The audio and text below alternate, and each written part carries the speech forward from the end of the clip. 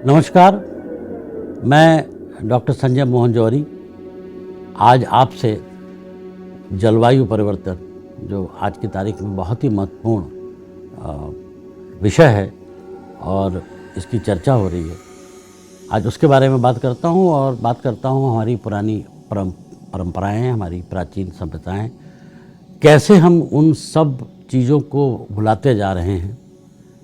आपको पता है कि वर्तमान में जो जलवायु परिवर्तन के बहुत से कारण हैं, उनमें से एक कारण ये है कि हम पुरानी परंपराओं को जो इस्तेमाल करते थे आज वो नहीं कर रहे हैं। 15-20 साल पहले और गांव में आप जाइएगा तो चूल्हे पर खाना बनाना, उसकी राख से बर्तनों को मांजना,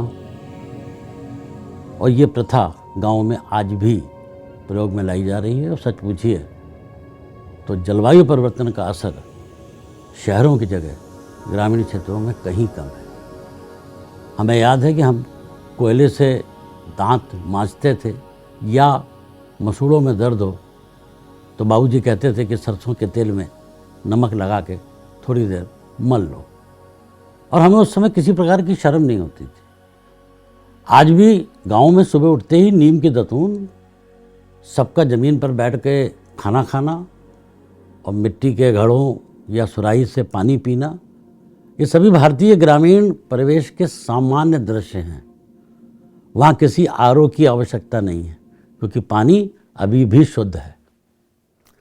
समय के परिवर्तन के साथ हम आधुनिकता के दौड़ में इस तरह जकड़ते गए और अपने आप को मॉडर्न कहने लगे कि हमने कुदरत के साथ जीने का तरीका भुला दिया, क्योंकि हमें ऐसा लगा कि हमें इससे एम्बैरेसमेंट होगा।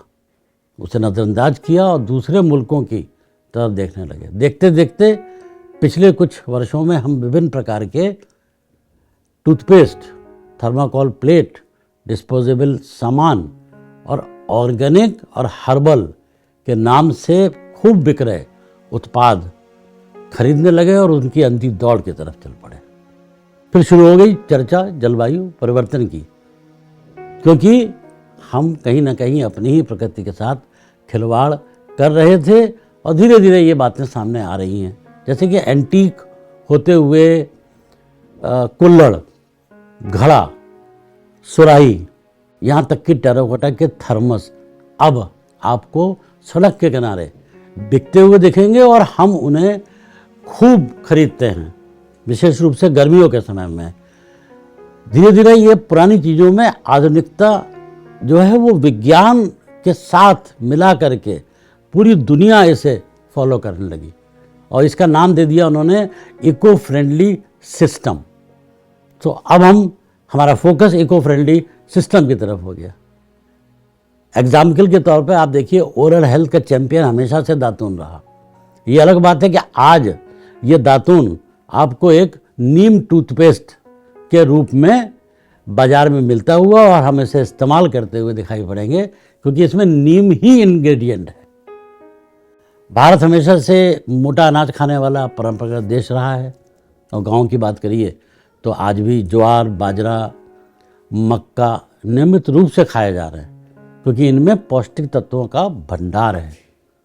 लेकिन पता नहीं क्या हुआ कि हम शहरी गेहूं पर ही फोकस करते हुए नजर आए, और जब जलवायु परिवर्तन की बात करी और इसकी चिंता हमारे सामने आई तो एक बार फिर से एक नाम आ गया, रागी और पंचमेल का अनाज।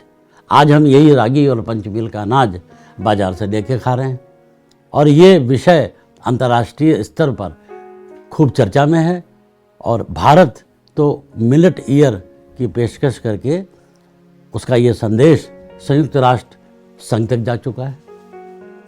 तो कभी सोचा आपने, आधुनिकता के चक्कर में हम अपने प्रकृति के साथ खिलवाड़ कर जलवायु परिवर्तन की समस्या से आज इस हद तक पीड़ित है कि हमको एक बार फिर पीछे मुड़ के जाना पड़ रहा है। क्यों?